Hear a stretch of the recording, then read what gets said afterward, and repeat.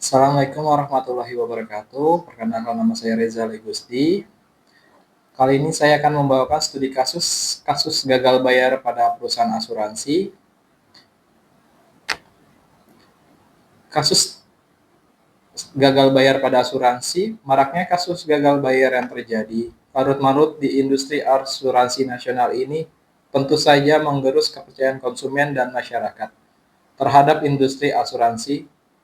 Padahal Asosiasi Asuransi Jiwa atau AAJI mencatat penetrasi asuransi jiwa di Indonesia baru mencapai angka 8% pada tahun 2022. Bagaimana langkah masyarakat dalam bersikap tentang kasus asuransi yang gagal bayar?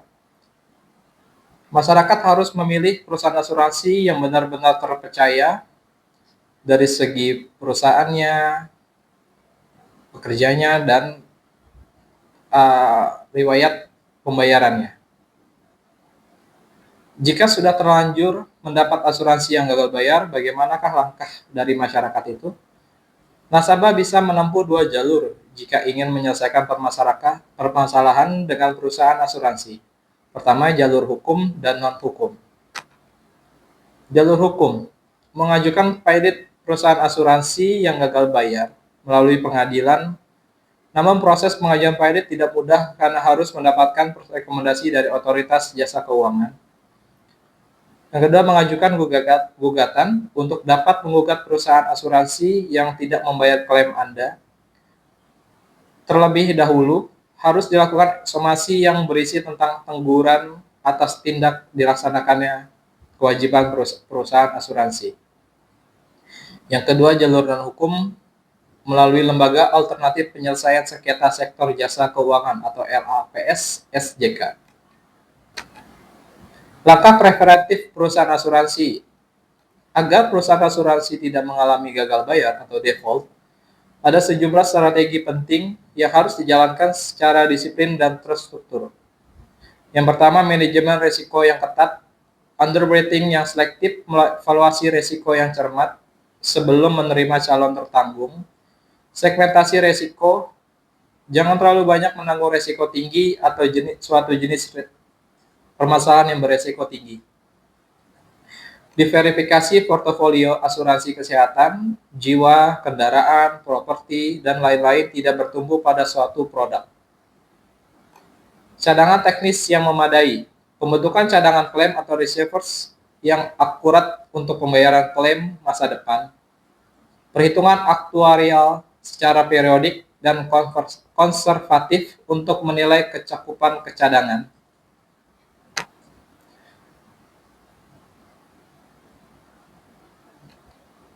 Manajemen investasi yang bijak, premi yang diterima harus diinvestasikan ke aset yang aman, liquid, dan menghasilkan. Diverifikasi investasi, obligasi saham, properti dengan memperhatikan durasi dan risiko pasar. Kepatuhan terhadap ketentuan OJK dalam investasi, misalnya porsi investasi minimal di SBN.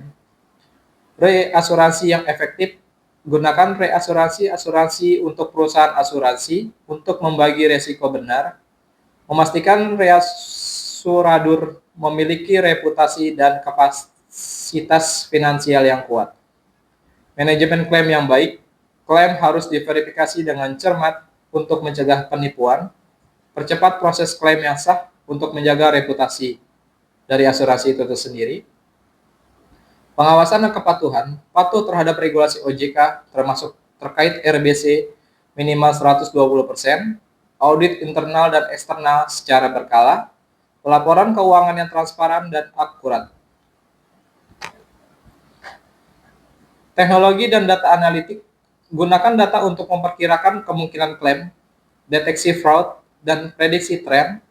Sistem klaim digital untuk mempercepat proses dan mengurangi risiko administrasi. Kesehatan finansial dan solvabilitas. Selalu jaga margin solvabilitas, yaitu rasio aset terhadap kewajiban klaim. Kendalikan biaya operasional dan hindari over promosi tanpa dasar aktuaria. Bagaimana langkah pemerintah atau OJK untuk menghadapi asuransi yang gagal bayar? Yang pertama, OJK memperketat pengawasan. OJK harus melakukan pengawasan yang lebih ketat terhadap perusahaan asuransi untuk memastikan kepatuhan terhadap regulasi dan perlindungan konsumen. Lembaga penjamin polis mempercepat perbentukan lembaga penjamin polis asuransi dimuat dalam rancangan undang-undang tentang pengembangan dan penguatan sektor keuangan atau PPSK atau Omnibus Law Keuangan. Bentuk lembaga penjamin polis nantinya apakah berdiri sendiri atau bisa digabungkan dengan lembaga penjamin simpanan yang sudah ada.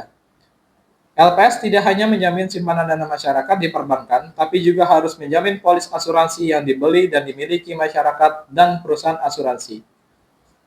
OJK melakukan ragam pengawasan. OJK menjalankan pengawasan terhadap perusahaan asuransi melalui dua pendekatan utama, pengawasan langsung dan tidak langsung. Dalam pengawasan langsung, OJK melakukan monitoring dan evaluasi secara langsung di perusahaan asuransi untuk mendapatkan gambaran nyata tentang kondisi keuangan mereka. Sekian dari studi kasus kali ini. Terima kasih. Assalamualaikum warahmatullahi wabarakatuh.